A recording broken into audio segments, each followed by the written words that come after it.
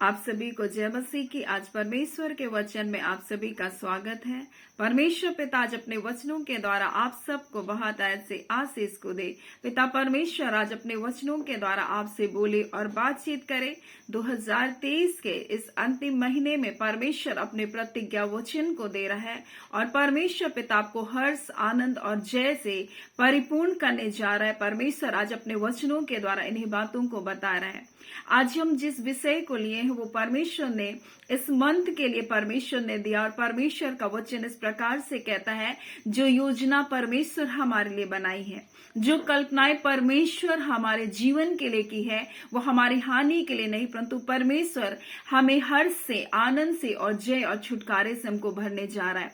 और इसी बात को हम लोग देखेंगे लूका, हम लोग अध्याय 1 उसका 14 को, और उसके बाद हम लोग देखेंगे लूका अध्याय 1 उसका 28 को। और दोनों में इस प्रकार से लिखा है। पहला वो जकरिया से इस बात को कह रहा है, तुझे हर्ष और आनंद होगा और बहुत लोग उसके जन्म के कारण आनंदित होंगे, यानी यूहन्ना के जन्म के कारण आनंदित होंगे।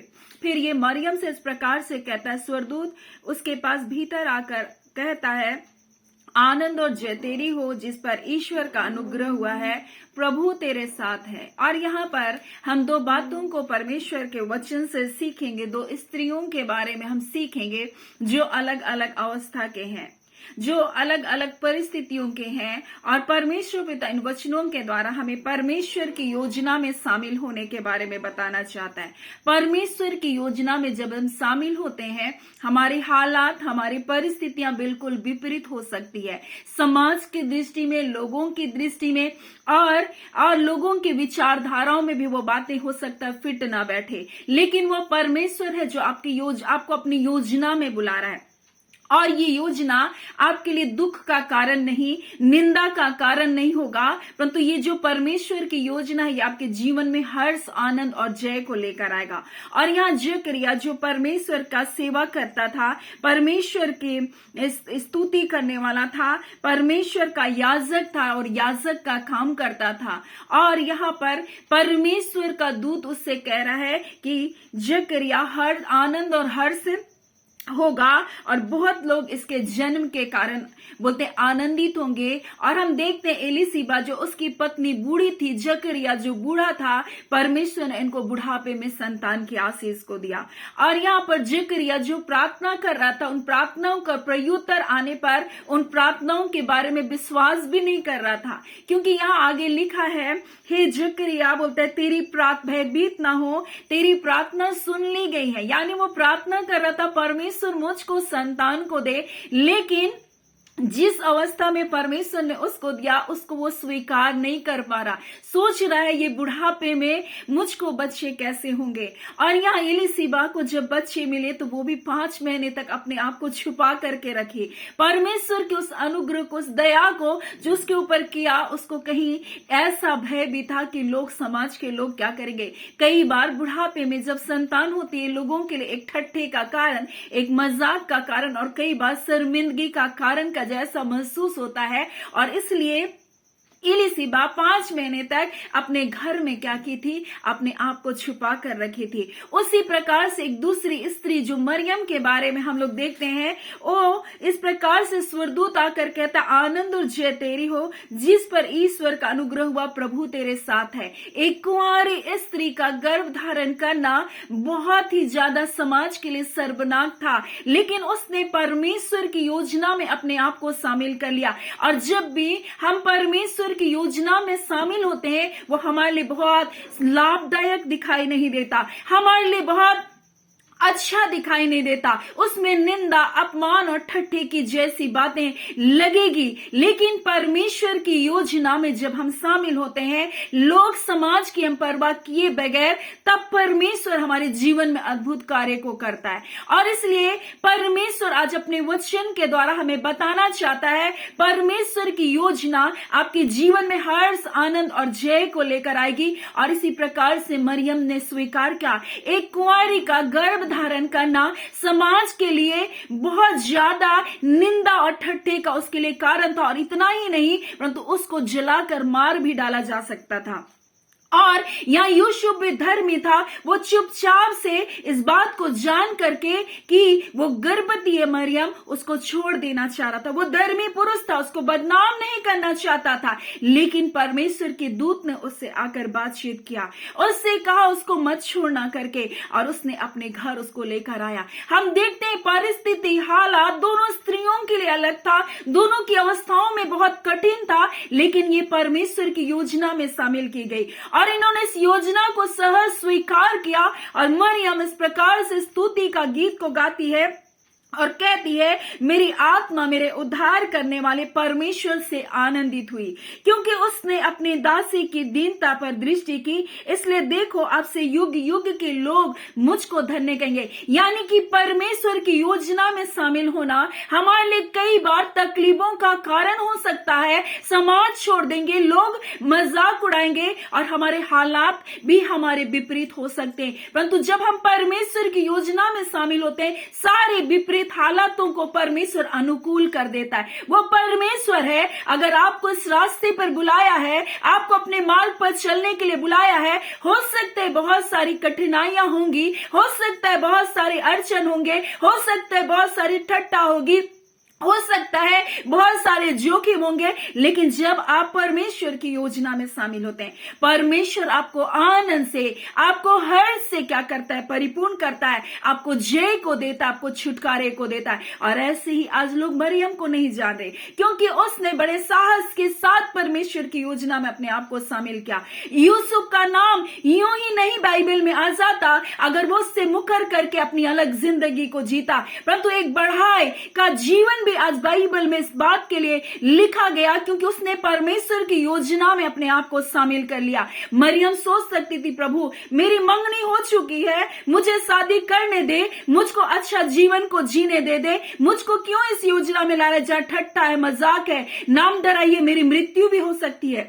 लेकिन उसने कहा, प्रभु आपके वचन के अनुसार मेरे जीवन में हो, और उसने अपने आप को परमेश्वर की योजना में शामिल कर लिया। इसलिए आज मरियम को लोग यीशु मसीह की माता के रूप में जान पा रहे।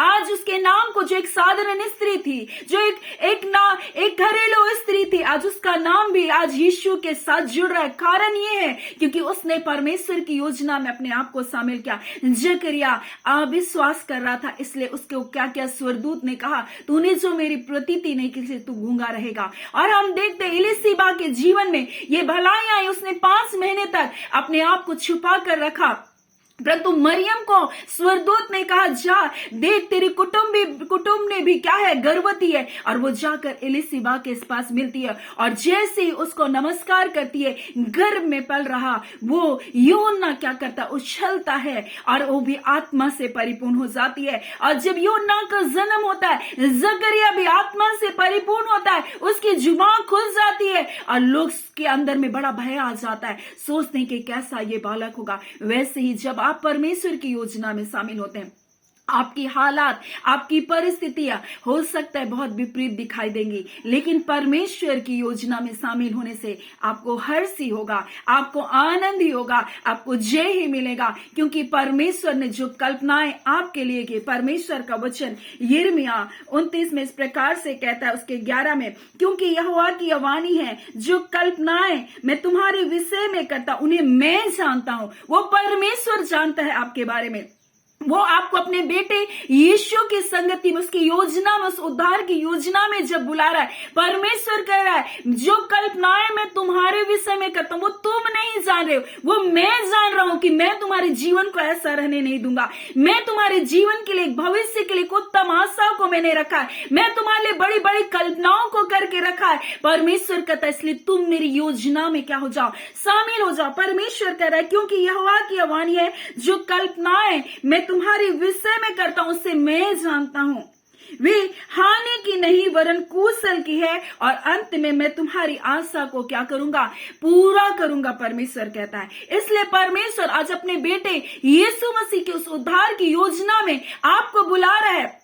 हो सकता है आपको मसीह में आने के कारण, परमेश्वर की योजना में आने के कारण आपको बहुत सारे लोग ठुकरा देंगे, बहुत सारे लोग लज्जित करेंगे, बहुत सारे लोग अपमान करेंगे, लेकिन वो परमेश्वर ही है जो आपको हर्ष से, आनंद से, जय से, छुटकारे से, भलाइयों से आपको तृप्त करेगा, जैसे उसने मरियम के साथ किया, जैसे उसने यूसुफ के साथ किया, जैसे उसने जकरिया और एलीशिबा के साथ किया। वो परमेश्वर आज आपसे कहना चाहता है, आनंद और जय आपकी होगी, आनंद और हर्ष से आप भरेंगे। आपके कारण, आपके जीवन के कारण लोगों में आनंद होगा। जो लोग आपकी ठट्ठा करने के लिए खड़ेंगे, वही आपके कारण आशीषों को पाएंगे, वही आपके कारण छुटकारे को पाएंगे। सो परमेश्वर पिता कह रहा है, मेरी योजना में तुम शामिल हो जाओ। हो सकता है आपकी बहुत बड़ी बड़ी योजना है, लेकिन आप परमेश्वर की योजना में शामिल हो जाओ, क्योंकि परमेश्वर कह रहा है, जो कल्पनाएं मैं तुम्हारे लिए कर रहा हूं, उससे मैं जानता हूं परमेश्वर बुरा है, वो तुम्हारी हानि के लिए नहीं होगा,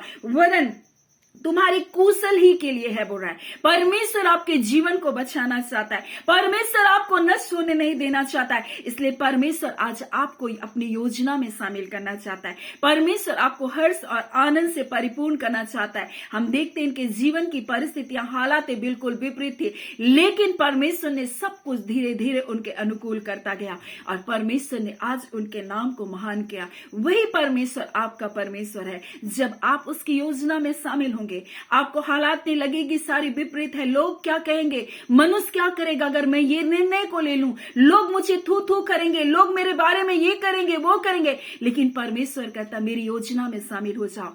और परमेश्वर कहना चाहता है तब तुमको हर्ष होगा, आनंद होगा, और परमेश्वर कहता मैं तुमको जयवंत करूंगा। सो परमेश्वर पिता इन वचनों के द्वारा आप सबको बहुत ऐसे आशीष को दे। आमीन। आइए हम प्रार्थना करेंगे। धन्यवाद देते हैं जीवते सच्चे सामर्थ्य खुदावन परमेश्वर, हम आपकी स्तुति करते खुदावन परमेश्वर। सचमुच प्रभु, जो कल्पनाएं आप अपने बच्चों के लिए करते पिता, वो बच्चे भी नहीं जानते, परंतु आप जानते हैं प्रभु। आप अपने लोगों के लिए जो कल्पनाएं कर रहे ये नहीं जान रहे प्रभु जी, परंतु आप जानते हैं प्रभु। और आपने कहा तेरी हानि नहीं होगी, परंतु तेरा कुशल होगा। और अंत में मैं तेरी हर एक आशा को, जिस आशा को लेकर तू भटक रहा है, जिस आशा को लेकर तू भटक रही है, उन आशाओं को मैं पूरा करूंगा। मैं तुझे अपनी महिमा को दिखाऊंगा, मैं तुझे अपने छुटकारे को दिखाऊंगा। परंतु आप कहते हैं तुम मेरे बेटे यीशु मसीह की संगति में आ जाओ, अपने जीवन को उन पापों, उन अंधकार की बातों से निकालकर यीशु मसीह को अपने जीवन को समर्पित कर दो। और उसका बेटा यीशु मसीह इसलिए आया कि वो आपको नाश नहीं होने देगा। उसका बेटा यीशु मसीह इसलिए नहीं आया कि आपको दुखों और आंसुओं में रहने देगा, परंतु उसने गरुड़ियों से कहा, वो स्वर्गदूतों ने, मैं तुम्हें आनंद का सुसमाचार को सुनाता हूं। ये आनंद का सुसमाचार है कि यीशु मसीह आपके जीवन का उद्धार करता है। ये आनंद का सुसमाचार है क्योंकि वो आपको छुटकारे को देना चाहता है। ये आनंद का सुसमाचार है क्योंकि वो आपको हर्ष और अपने आनंद से परिपूर्ण करना चाहता है। इसलिए आप कहते हैं पिता मेरी योजना में शामिल हो जाओ, क्योंकि जो कल्पनाएं मैं तुम्हारे लेकर रहा हूं उसे मैं जान रहा हूं। ऐ खुदावन परमेश्वर, और जितने लोग इस योजना में शामिल होने के लिए अपने जीवन को समर्पित करना चाहते खुदा, उनके जीवन को आप स्वीकार कीजिए खुदावन परमेश्वर। ये मंथ खुदावन परमेश्वर उन पिछले निराशाओं की बातों को, व्यर्थ की बातों को, कड़वाहट की बातों को, और झूठी बातों को छोड़कर प्रभु सत्य के मार्ग में बढ़ने के लिए प्रभु जी आप अपने लोगों को आमंत्रित कर रहे पिता।